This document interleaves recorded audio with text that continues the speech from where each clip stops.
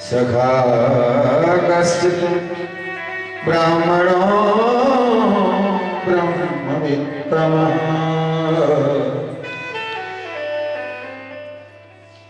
विरक्त इन्द्रियार्थेषु प्रशान्तात्मा जितेन्द्रियः। विरक्त जितेन्द्रिय, गरीब है पर दरिद्र नहीं।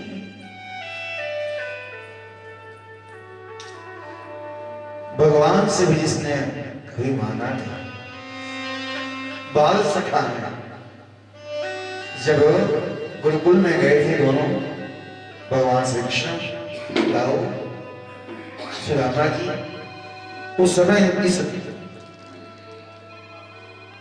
जी के पत्नी का नाम है सुशीला। अगर वह द्वारका चले जाए तो गरीबी दूर हो जाएगी। अब मैया सुशीला सुनी है, सुदामा जी से बोली, आप उनके मित्र हैं, द्वारकाधीश हैं, उनके यहाँ चले जाइए, हमारी गरीबी दूर हो जाएगी। सुदामा जी जाना नहीं चाहते थे, आने की भावना से।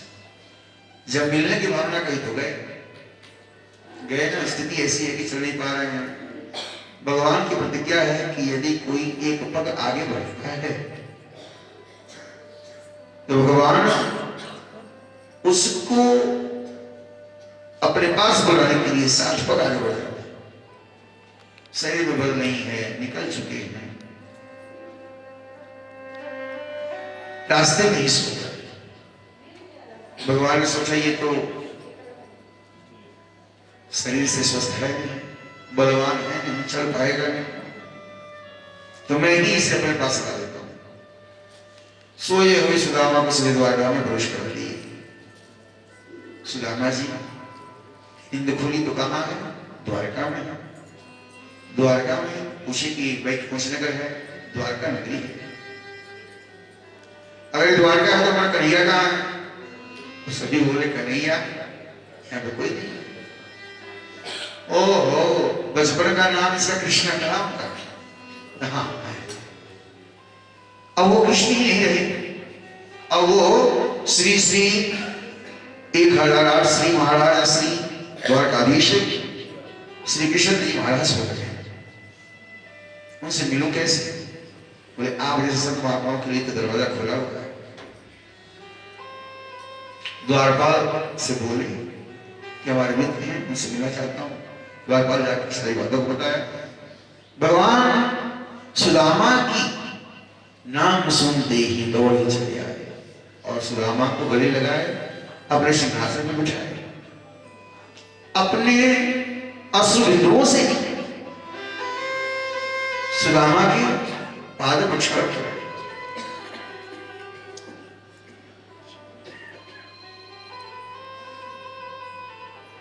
सुदामा जी की भगवान ने खूब सम्मान किया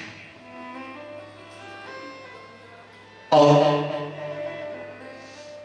सर्वविदित है, सुदामा जी ले गए थे 4 मुट्ठी चावल और छुपा के रखे थे। क्यों? इतने महाराज, बड़े महाराज, इतनी बड़ा परिवार सबके सामने कैसे देंगे? भगवान समझ गए कि यार बचपन का स्वभाव छोड़ने वाला नहीं।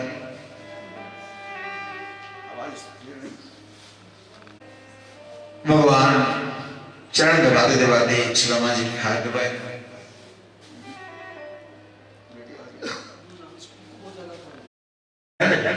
सुदामा जी मांगे नहीं भगवान ये मुझे, लेकिन जब भगवान देता है ना तो बताता किस सकते? भगवान देता है तो बताता किस सकते? किसी को पता नहीं चला। सुदामा जी जब निकले ना वहां से तो भगवान ने काम और कर दिया क्या कि इनकी जो खड़ाऊ थी उसको चुरा लिया। सुदामा जी बोले अरे यार खड़ाऊ कहाँ गई? समय का अभाव, क्या करें? खड़ाऊ कहाँ गई? बोले सुन भैया हमारे यहाँ चोरी होती है। खड़ाऊ चरणपादिका चोरी होती है, आज भी आप लोग देखेंगे मंदिर में ये तो चोरी हो रही। भगवान सोचे कि त्यागी ब्राह्मण है,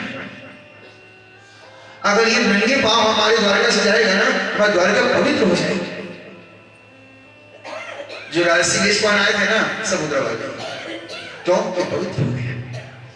सुदामा जी नगर में आए ना तो देखे क्या कि यहाँ जो हमारी झोपड़ी थी, कुटिया, यहाँ तो थी मेरी छोटी सी झोपड़िया, कांचन महल खड़ी सुदामा मंदिर देख गए।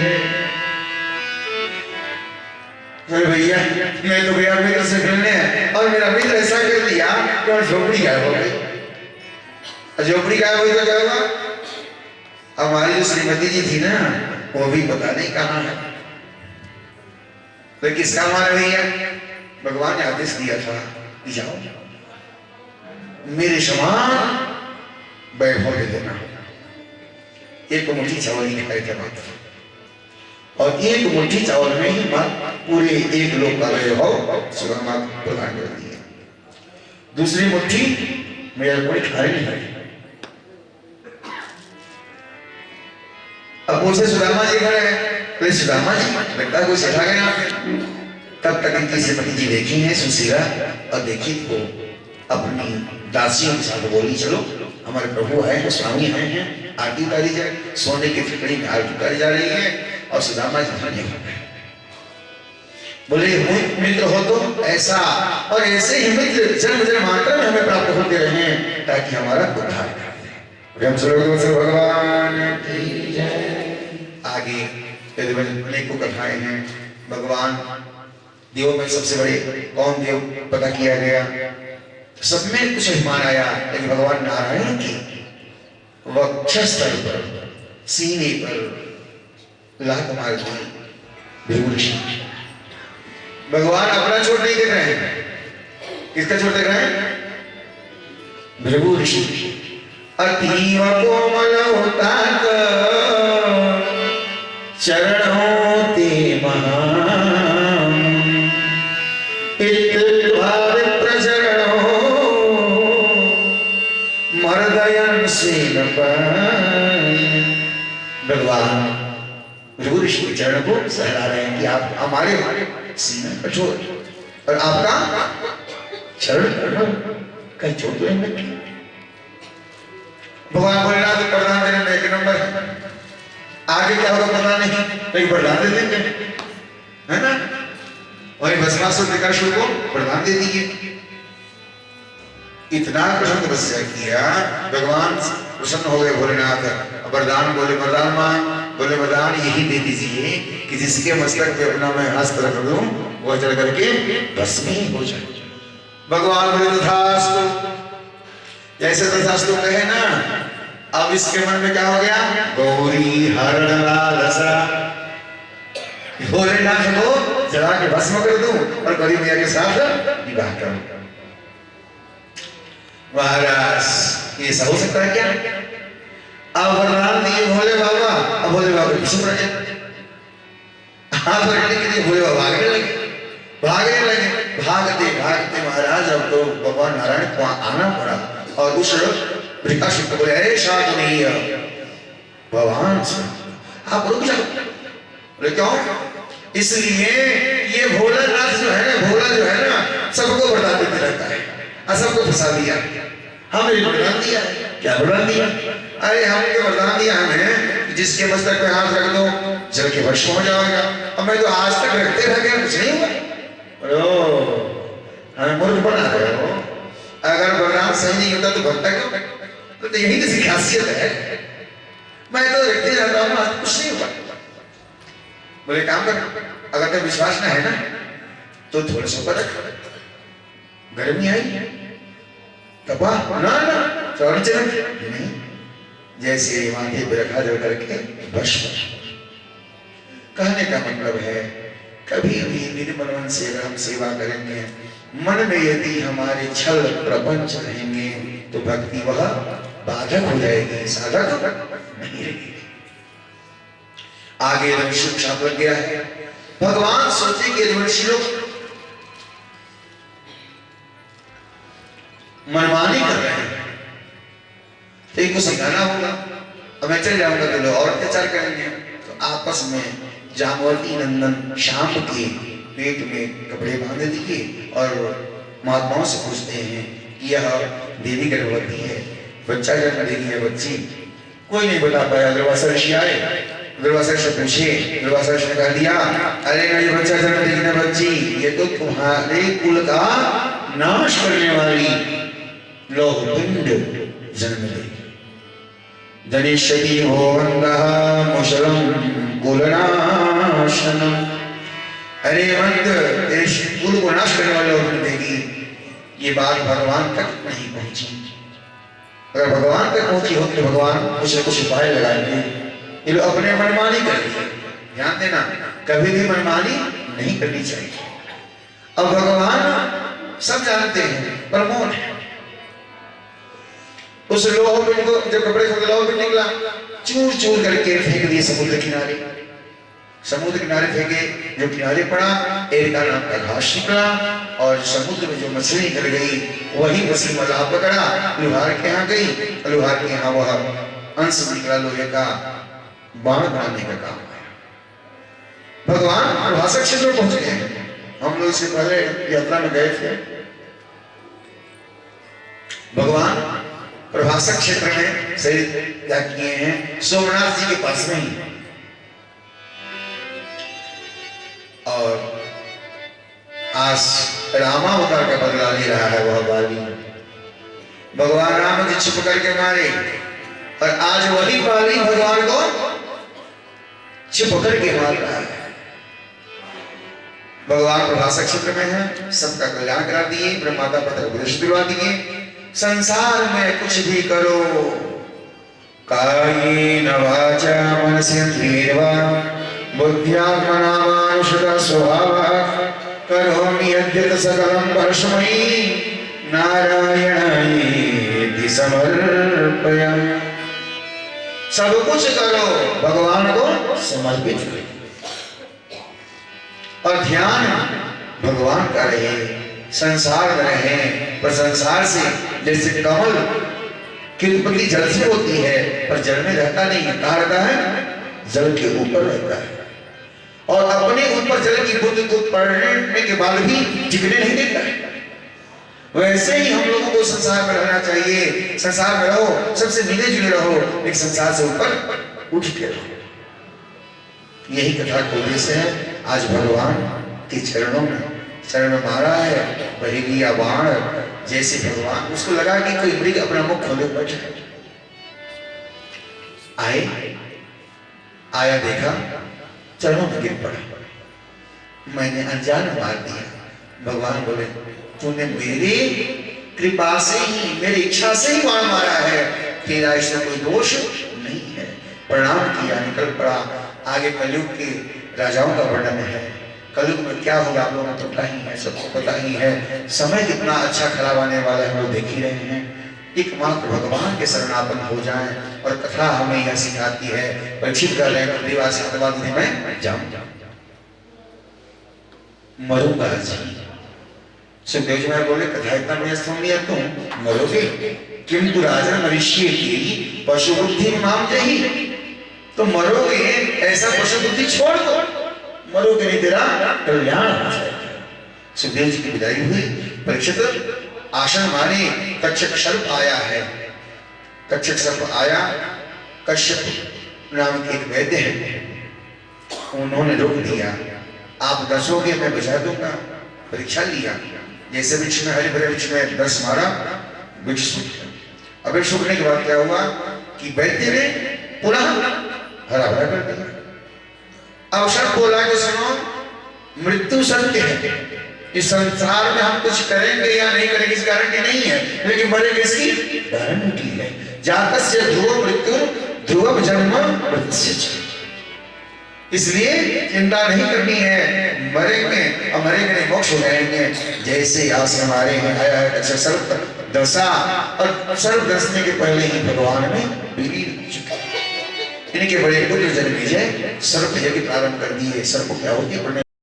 आकर देव ने मना कि ये ठीक नहीं है, तेरे पिताजी की मृत्यु नहीं, वो तो मोक्ष को रखा। और हम कथा आनंद के लिए सुने हैं। भगवान से प्रार्थना करना है कि हे भगवान, आप आनंद गंध हो, सच्चिदानंद हो। आप हमारे परिवार में, हमारे घर में, हमारे समाज में, सब जगह आपकी कृपा बनी रहे, यही कामना है। आइए भागवत जी का अंतिम श्लोक हम लोग श्रवण करें। सब लोग बोलेंगे, नाम संकीर्तनम यस्य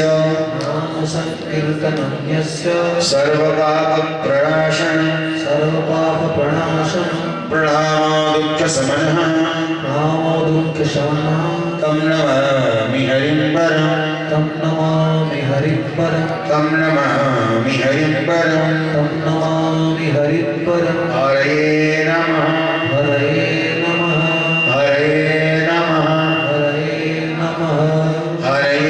नमः ओम शांति शांति शांति। विश्राम ले रही है, कथा का अंत नहीं होता है, पुनः कथा यहाँ बंद कहीं प्रारंभ हो जाती है। आइए हम लोग कथा के क्रम में भगवान से प्रार्थना करना है कि जो त्रुटि हुई हो भगवान क्षमा करें, सबका कल्याण करें, यही कामना है।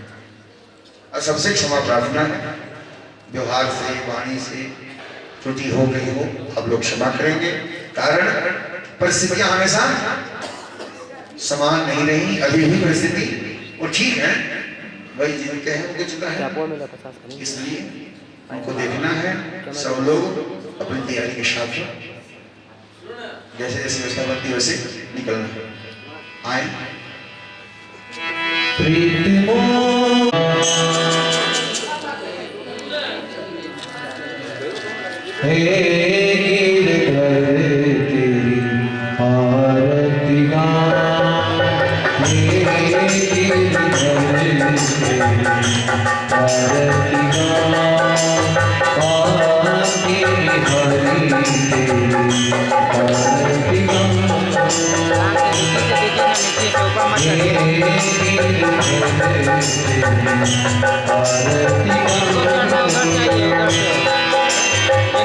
उधर चाहिए। मोरे मुकुटे माथे बने सोहे, मोरे मुकुटे माथे बने सोहे, प्यारी बरसी मुनि मन मोहे, प्यारी बरसी मुनि मन मोहे,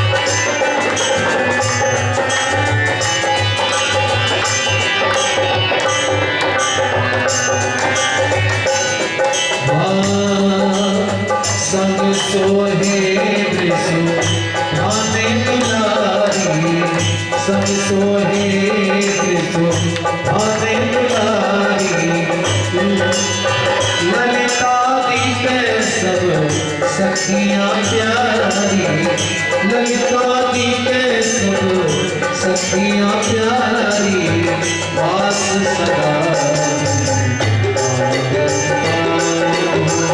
वास सदा हे गिरधर तेरी आरतियां आगे बिहारी तेरी आरतियां तेरी आरतियां तेरी आरतियां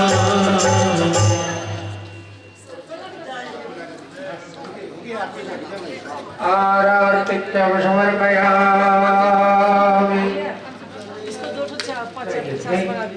मंगलम गौरचंद्राय महनीय गुणात्मने चक्रवर्ती धनुजाय सार्वभौमाय मंगलम। श्रीमद्गोपाल बालाय भूतावेश प्रदायिने श्री सत्यासेनाय कृष्णदेवाय मंगलम। नीलाचल निवासाय सत्याय परमात्मने भद्राकाशनाथाय जगन्नाथाय मंगलम।